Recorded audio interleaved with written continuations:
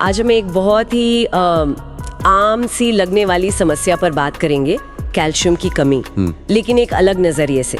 हमारे हाथ आयुर्वेद जंक्शन का एक बड़ा दिलचस्प लेख लगा है और ये लेख कहता है कि कैल्शियम की कमी एक ऐसे अपराधी की तरह है जो शरीर में चुपके से घुसता है और हर जगह सुराख छोड़ जाता है। बिल्कुल सही कहा।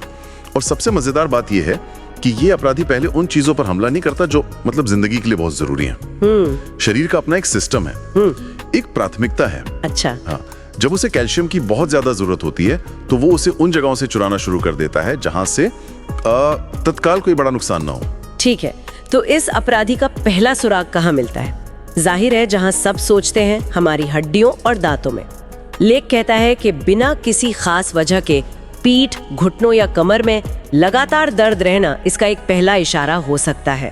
और दांतों के मामले में ये और भी क्या कहते हैं गहरा है।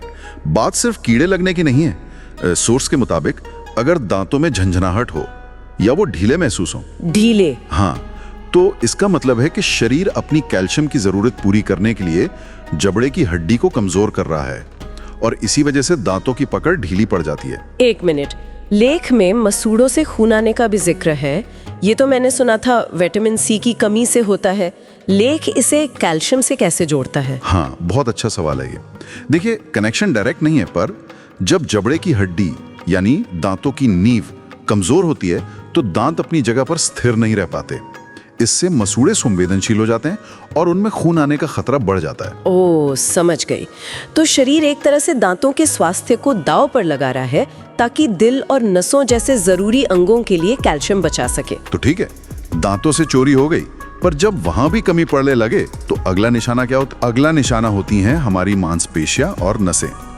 लेख में मांसपेशियों में ऐंठन का जिक्र है, खासकर रात में सोते समय पिंडलियों में अचानक से जो तेज दर्द उठता है। अरे हाँ, ये एक बहुत बड़ा संकेत है। मतलब वो जो रात को पिंडलियों में ऐंठन होती है जिसे हम बस थकान समझकर नजरअंदाज कर देते हैं, वो असल में एक चेतावनी हो सकती है। ये तो सोचने का पूरा नजरिया ही बदल देता है। और ये सिर्फ ऐंठन तक सीमित नहीं है। बेवजह की थकान, कमजोरी महसूस होना या हाथ पैरों में झुनझुनी या सुन्नपन, ये सब बताते हैं कि कमी अब नर्वस सिस्टम को प्रभावित कर रही है। नर्वस सिस्टम को? जी। लेख तो यहाँ तक कहता है कि दिल की धड़कन का अनियमित होना भी इसी से जुड़ा हो सकता है, क्योंकि दिल भी तो एक तरह से एक मांसपेशी ही है जिसे कैल्शियम चाहिए। तो ये सिर्फ हड्डियों का मामला नहीं है? नहीं, बिल्कुल नहीं। ये तो पूरे नर्वस सिस्टम को हिला रहा है। अच्छे, लेख में कुछ बाहरी संकेतों का भी जिक्र था, है ना? जैसे नाखून। हाँ, नाजुक और आसानी से टूटने वाले नाखून एक और सुराग हैं। इनकी मजबूती के लिए कैल्शियम बहुत जरूरी है। जब शरीर में कमी होती है तो वो इन गैर जरूरी जगहों से कैल्शियम की सप्लाई काट देता है। और अगर ये कमी बहुत बढ़ जाए तो इसके गंभीर परिणाम दिखते हैं। बच्चों में रिकेट्स मतलब हड्डियों का टेढ़ापन या लंबाई का ना बढ़ना, और बड़ों में जरा सी चोट से हड्डी का टूट जाना। लेख में एक आयुर्वेदिक शब्द का इस्तेमाल हुआ है, अस्थि धातु क्षय।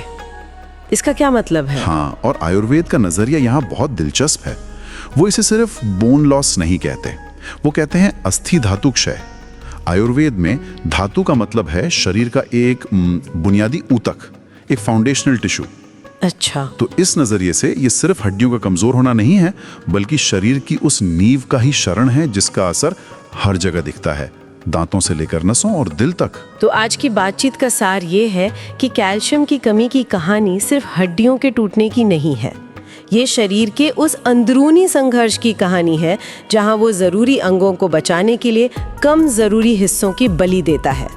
और शुरुआती संकेत, थकान, ऐंठन, नाजुक नाखून, ये असल में शरीर के भेजे हुए SOS सिग्नल हैं। सही कहा।